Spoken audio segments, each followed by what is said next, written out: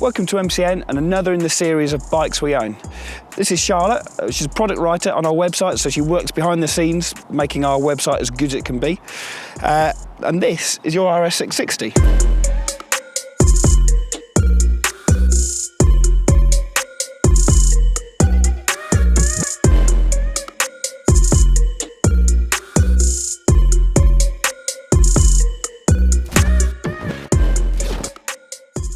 We've already seen you once in this series with your SV650, yes. And people might be forgiven thinking you've upgraded, which you kind of have, but you still got the Suzuki. That was the initial intention. So originally I bought myself a CBR 600RR to upgrade from the SV, because the SV was my first bike that I'd ever bought. That didn't work out. I sadly had an accident on that bike.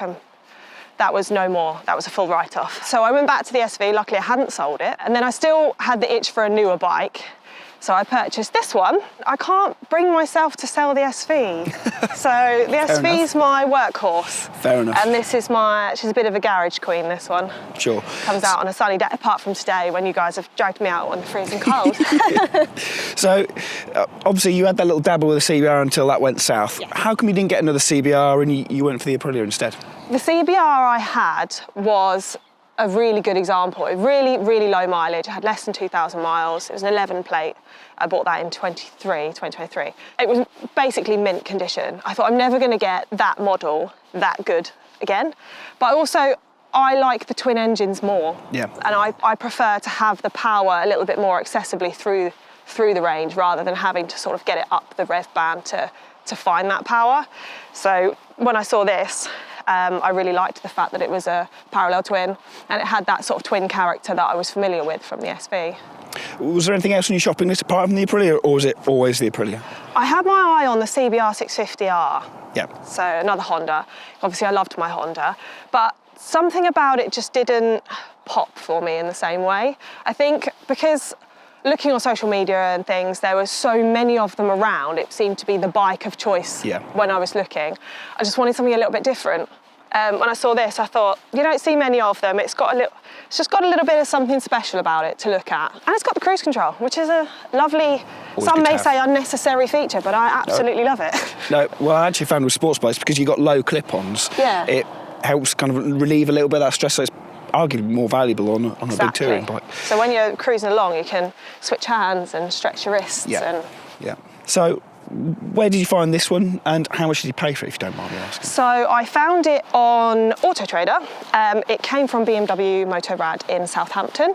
I bought it technically unseen. I did have a video walk around of the bike, but I felt quite confident, being as it was from a really reputable sales showroom. I thought I could probably trust that it was going to be okay, and it had 2 years warranty additional to the factory warranty from BMW, so I thought, they're not going to do me over.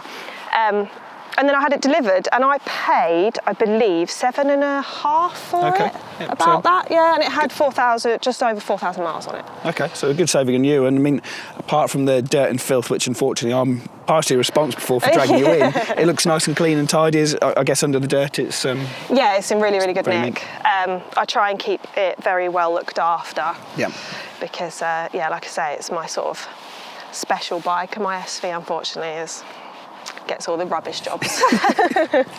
So, how long have you had it now, and how many miles have you done on it so far? So, I bought it first week of March last year, and I've done just over 2,000, somewhere between 2,000 and 3,000 miles since then. Obviously, we've had pretty rubbish weather for the last few months, so I haven't got out on it so much. Sure. But, just sort of riding to go and get a nice coffee somewhere, or visiting friends and family. Just, sort of a fun bike, right? It's a toy.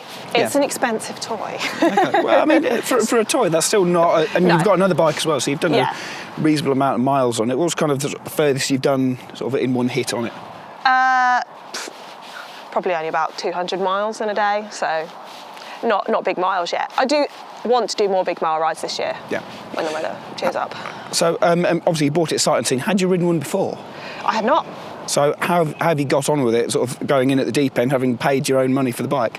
I absolutely love it. My only qualm with it is, well, it's not really its fault. I would love to have longer legs. Right. It's quite a tall bike. I have lowered it slightly. It's got a coil adjustment on the back. You've dropped the freeload a little bit. Yeah, just a little bit. My only issue I struggle with, because it's a very light, well-balanced bike, I don't feel the weight. I don't feel like it wants to, you know, it's not been an issue so far. My only real problem is I can't actually reach the side stand very well.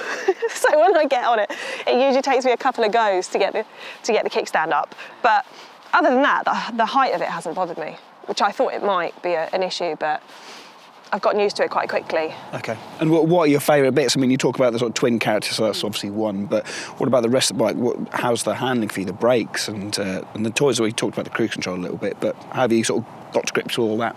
I think it's brilliant. It's got the Brembo brakes on the front, so it's a big step up from what I'm used to, because I've still got stock brakes on my SV. I've upgraded the lines, but...